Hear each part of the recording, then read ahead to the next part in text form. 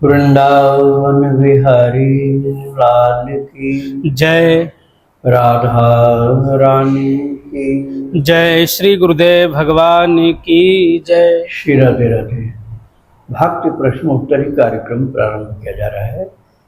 आइए हम भक्ति संबंधित प्रश्नों को श्रवण करें। श्री राधे राधे गुरु जी, आपके श्री चरणों में कोटि कोटि दंडवत प्रणाम। नोटियाल जी नैनवाक्सी, इनका प्रश्न है, आपकी कृपा दृष्टि में एक जिज्ञासा निवेदन करना चाहता हूँ। श्रुति से यह सुना है कि जब ब्रह्मा जी ने सृष्टि की रचना की तब जीवों में कुछ स्वाभाविक प्रवृत्तियाँ विकार भी आरोपित की गई ताकि सृष्टि का विस्तार एवं संचालन निरंतर चलता रहे। ऐसा भी कहा जाता है कि स्त्री में लोभ तथा पुरुष में काम वासना विशेष रूप से रखी गई। गुरुदेव, क्या इस कथन में कोई शास्त्रीय प्रमाण उपलब्ध है? यदि ऐसा है तो कृपया मार्गदर्शन करें। क्या वास्तव में ब्रह्मा जी ने स्त्री और पुरुष में अलग अलग विकार स्थापित किए हैं? और यदि नहीं तो क्या शास्त्र केवल यह कहते हैं कि काम, क्रोध, लोभ, मोह, मद, मत्सर्य जैसे विकार सभी जीवों में समान रूप में विद्यमान हैं? साथ ही क्या इन विकारों का समन साधना और भक्ति के माध्यम से संभव है, जैसा गीता और भागवत आदि ग्रंथों में निर्देशित है? हाँ बिल्कुल। और जो आपने कहा पहले कि ये दोष ब्रह्मा जी ने दिया था, ये झूठी बात है, बिल्कुल गलत है। केवल यही प्रमाण मिलता है, यथा पूर्वम अकल्पयत। जैसे पिछली सृष्टि में जो जीवात्मा शरीर धारण किए हुए था उसी के अनुसार उसको फिर आगे शरीर प्रदान किया गया। अर्थात जहाँ तक वो पहुँचा था अपनी साधना में, वहीं से फिर आगे अग्रसर होने का अवसर मिला उसको। और जो विकार होते हैं ये उसके मन की जो स्थितियां हैं पूर्व जन्मों की, उसके अनुसार होते हैं। और उनको सुधारने के लिए ही सत्संग होता है, विवेक होता है, भगवान की भक्ति होती है। धीरे धीरे साधक अच्छा हो तो सुधार होता जाता है। किसी को कम समय लगता है, किसी को ज़्यादा समय लगता है, लेकिन सुधार की तरफ वो साधक बढ़ता जाता है। श्री राधे राधे। जयपुर सिंह गुरु जी, इनका प्रश्न है, गुरुजी मैं आपके भक्त चरितावली और भक्ति प्रश्नोत्तरी भक्तों की कथा सुनती हूँ, अच्छा लगता है। मैं आपके श्रीमुख से सुनकर ही सीताराम लिखना शुरू किया है। महाराज जी, मेरा प्रश्न है कि मैं सीताराम लिख रही हूँ 108 सुबह और 108 शाम को, और कभी कभी कम ज़्यादा भी हो जाता है महाराज जी। अब आप मुझे कृपया करके बताएं, मुझे इसमें क्या और सुधार करना चाहिए? इसमें सुधार आपको केवल ये करना है कि लिखते समय आप भक्त चरितावली भी सुनते रहिए। आप जब भक्ति आश्रम निकालेंगे YouTube में, तो भक्ति आश्रम निकालते उस पर भक्तों का चरित्र प्रारंभ हो जाएगा। तो जब आप नाम लेखन करेंगे, जैसे सीताराम आप लिख रहे हैं या राधे श्याम लिख रहे हैं, तो वो चरित्र आप चालू कर दीजिए, इसको श्रवण करना, और उधर ध्यान से सुनिए। और स्लो स्पीड में, बहुत धीमे गति में आप नाम लेखन करना, साफ सुथरा और लाल स्याही से लिखना है। तो प्रतिदिन लिखना जरूरी है, इसलिए तारीख भी डालना पड़ेगा। श्री राधे राधे। अनुराग जी हैं, इनका प्रश्न है, तुलसी जी को द्वादशी, मंगलवार और रविवार का दिन छोड़ के क्या अमावस्या, पूर्णिमा और संक्रांति और जन्म मरण के सूतक के दौरान भी जल देना और उसके पत्ते चयन करना वर्जित है? हाँ, मुख्य तो यही है, मंगलवार, रविवार और द्वादशी। लेकिन कुछ लोगों का मत वो भी है जो आपने कहा। तो जिस दिन आपको ऐसा लगे कि आज तो तोड़ना ठीक नहीं है, उस दिन गिरी हुई पत्तियाँ आप उठा लो। पौधे के नीचे गिरी हुई पत्तियाँ रहती हैं, उनको उठा करके उनको आप भगवान के भोग में और श्रृंगार में प्रयोग कर सकते हैं। राधे। इनका दूसरा प्रश्न है, इन दिनों में निषिद्ध होने के क्या कारण है? वो ऋषियों का वाक्य ही प्रमाण होता है। आप तो वाक्य प्रमाण, ऐसा सिद्धांत होता है। श्री राधे। कंचन जी हैं, इनका प्रश्न है, मैं जिस जगह से हूँ वहाँ वैदिक विधि से पूजा पाठ की जाती है। हमारे वहाँ मंदिर में प्रवेश की भी कई नियम हैं, इसलिए मैं रोज़ मंदिर में जाकर पूजा नहीं कर सकती। अभी कुछ महीने पहले कृष्ण के एक स्वरूप उपहार के रूप में मेरे घर में आ गए, तो मैंने उन्हें अपने ड्राइंग रूम में ही विराजमान कर दिया और अब मैं उन्हीं की सेवा भोग आदि करती हूँ। कृष्ण के ये स्वरूप एक शोपीस के रूप में है। मैं इनके आगे दिया तो नहीं जलाती, क्योंकि हमारे वहाँ दिया जलाने के भी नियम हैं, लेकिन जितनी अन्य सेवा भोग आदि हो पाती है करती हूँ और बार बार अपने कृष्ण के साकार रूप के दर्शन पाकर आनंद प्राप्त करती हूँ। मेरा कृष्ण से कांता भाव है। गुरु जी कृपया बताइए, कहीं मैं कुछ गलत तो नहीं कर रही? गलत बिल्कुल नहीं, एकदम सही आप कर रहे हैं। आप उनसे खूब प्रेम करिए और वैदिक विधि से पूजा करना तो कठिन काम है। आप भाव से सेवा करिए। जैसे कोई अपने बहुत प्रेमी की सेवा करे, ऐसे आप भाव से सेवा करो। और जो कुछ मंत्र आता हो तो आप बोल सकते हो, लेकिन नहीं कोई मंत्र आता है तो प्रेम ही मुख्य होता है उसके लिए। राधे राधे। पुनीता जी हैं गोरखपुर से, इनका प्रश्न है, गुरुदेव मैं आपसे दीक्षा लेना चाहती हूँ। मैं भक्त चरतावली 3 साल से सुन रही हूँ। भक्त चरतावली अधिक से अधिक सुनने का प्रयास करती हूँ। इससे मन में शांति, भगवान में श्रद्धा, भक्ति, विश्वास आप संतों की वजह से बढ़ता जा रहा है। 4 साल से गले में तुलसी माला पहनी हुई हूँ। एकल नाम 1 लाख से अधिक हो गया है। गुरुदेव क्या मेरी दीक्षा हो सकती है? पति सत्संग नहीं सुनते हैं, बड़े मुश्किल से आपका सत्संग सुनाई हूँ, तब कहीं कहे हैं कि बच्ची के बोर्ड परीक्षा के बाद चली जाना। अगर मैं मुख्य तिथि पर ना आ पाई तो क्या किसी अच्छे दिन नहीं हो सकते दीक्षा? हाँ ठीक है, दीक्षा अच्छे दिन भी हो जाएगी। आपको युगल नाम अर्थात सीताराम या राधे श्याम 1 लाख लिखना होगा। यदि राम राम लिखेंगे तो 2 लाख लिखना होगा। प्रतिदिन लिखना है, खान पान पवित्र रखना है और भक्त चरितावली सुननी है। लहसुन प्याज बैगन नहीं खाना है। कुसंगियों से बचना है। नशेबाज लोगों के साथ अपने पति को भी नहीं जाने दो तो और अच्छा रहेगा। और ये जो उनकी आदत ऐसी है कि वो नहीं मान सकते हैं, तो आप अपनी भक्ति को अच्छी रखिए, उनके कार्य में बाधा मत डालना। झगड़ा लड़ाई करते होंगे तो आपके भजन में बाधा पड़ जाएगी। सीधा सीधा। इनका दूसरा प्रश्न है, गुरुदेव मुझे नाद सुनाई देती है, झिंगुर जैसी आवाज़ के साथ साथ दिन में कई बार शंख की ध्वनि सुनाई देता है, खास तौर पर पूजा के समय। क्या यह भक्ति से संबंधित है? इसे सुनने से क्या लाभ होता है? हाँ, बहुत होता लाभ। आप उस पर ध्यान दीजिए। आप अपने मन को बिल्कुल अपने कान के छेद के ऊपर रखिए कुछ देर, 5 मिनट 10 मिनट प्रतिदिन। तो वो नाद की ध्वनि और बढ़ती जाएगी, वाद्य यंत्र भी बढ़ेंगे उसमें और बड़ी सुरीली आवाज़ होगी। शरीर में स्पंदन होगा, वाइब्रेशन होगा और ध्वनि का जो वॉल्यूम है वो बढ़ जाएगा। इतना ज़्यादा धीरे धीरे होगा, हानि कुछ नहीं होगी, तो नुकसान नहीं, फायदा है कि फिर आपको और किसी की आवाज़ नहीं सुनाई पड़ेगी, केवल वो अनहद नाद सुनाई पड़ेगा। फिर उसके बाद उससे भगवान से संबंधित दिव्य दिव्य ध्वनि आने लग जाती है। राधे राधे। ग्रेटर नोएडा सिंह गुरु जी का प्रश्न है, आज अष्टमी वाले दिन मैंने घर में कन्या पूजन किया।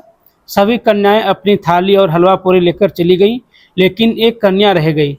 आप भी खाओ और अपनी थाली पूरी दक्षिणा पकड़ो, पर वो नहीं पकड़ रही, कुछ नहीं ले रही। फिर लिफ्ट में जाते उसके पर्स में मैंने पैसे डाल दिए। घर आकर देखा 2 थालियां और पूरी के साथ रह गई है। किसी और घर से जो मिली होंगी वो थी। तो पूरी हलवा तो मैंने गौ माता को डालने से पहले ऊपर नीचे पता किया, पर कुछ पता नहीं पड़ा। गौ को देने के बाद थाली को मांझ कर रखी। 9वीं वाले दिन फिर पता करूंगी। गौ को देकर कुछ गलत तो नहीं किया? कृपया मार्गदर्शन करें। कन्या मिली तो थालियों का क्या करूं? अगर वो कन्या नहीं मिली तो उस थाली का क्या करूं? हाँ, ये जो नहीं मिलती है तो उस थाली को आप भगवान की सेवा में रख सकते हो। अपने खाने पीने के काम में मत लेना, मंदिर के काम में उसको ले सकते हैं। ये जो साधारण लड़की होती है ना, तो अपनी थाली लेके जाती है। कोई विशेष बात है जो कृपा की आपके ऊपर घटित हुई है, श्री राधे राधे।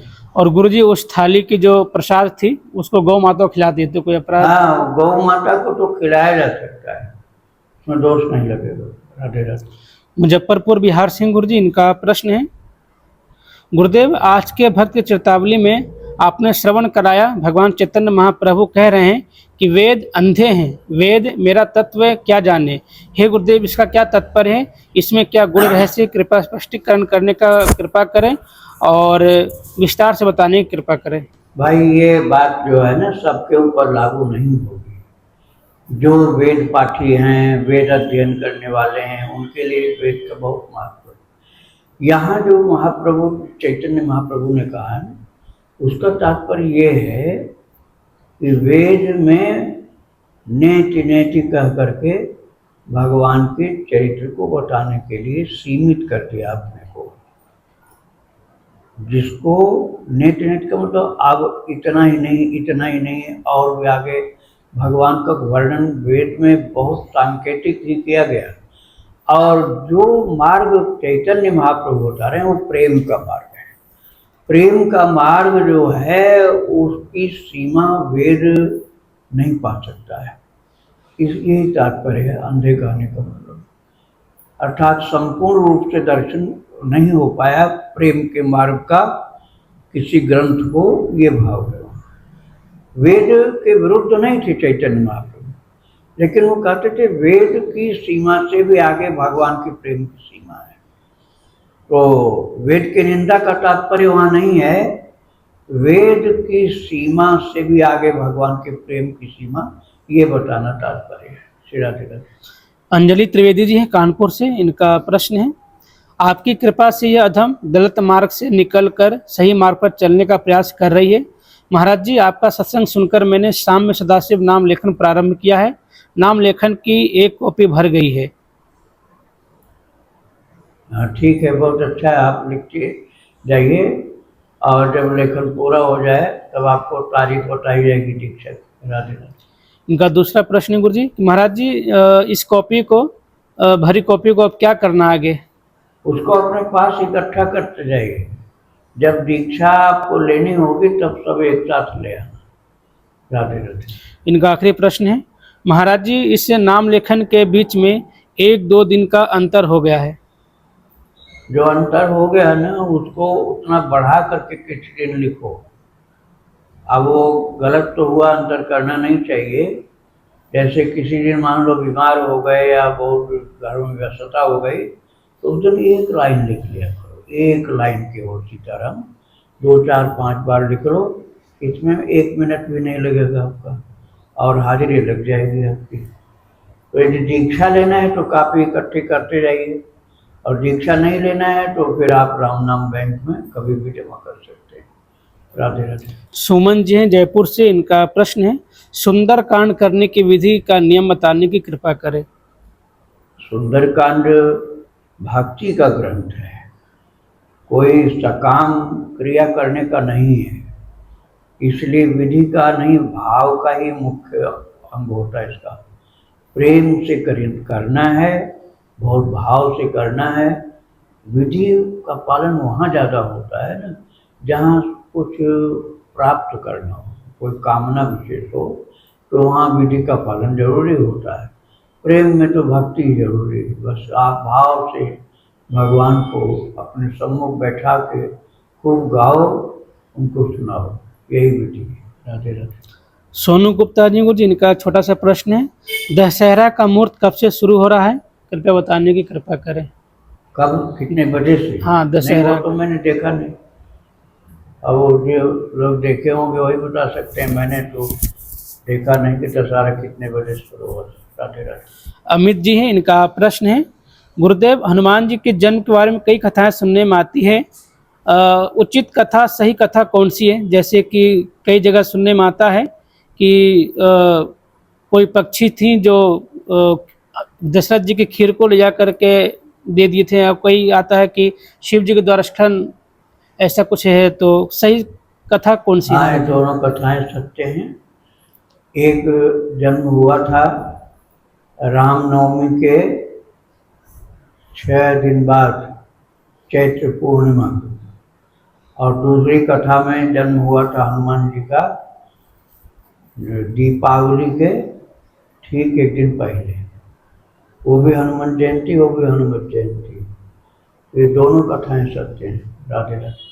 राधे राधे गुरुजी, मेरा प्रश्न है कि कर्मकांड भगवान को ज्यादा पसंद है या फिर प्रेम, और क्यों? कर्मकांड क्या होता है?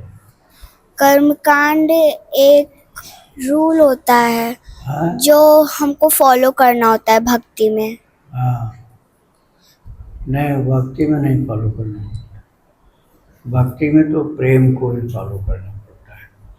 अब कर्मकांड होता है कोई चीज़ के पूजन किया जाए, जैसे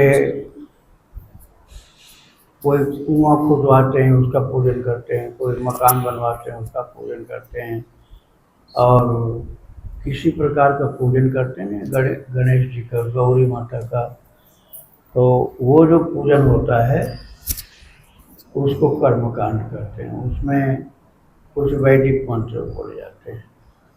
तो जिनको भगवान से प्रेम बहुत कम होता है वो उतने कोई भक्ति मान लेते हैं, और वास्तविकता ये है कि भगवान से प्रेम करना चाहिए, कर्मकांड आवे चाहे ना आवे, भगवान से प्रेम करो। जैसे अपना कोई बहुत ज़्यादा प्रिय हो, उससे भी ज़्यादा भगवान से प्रेम करना चाहिए, मुख्य वही। श्री राधे राधे।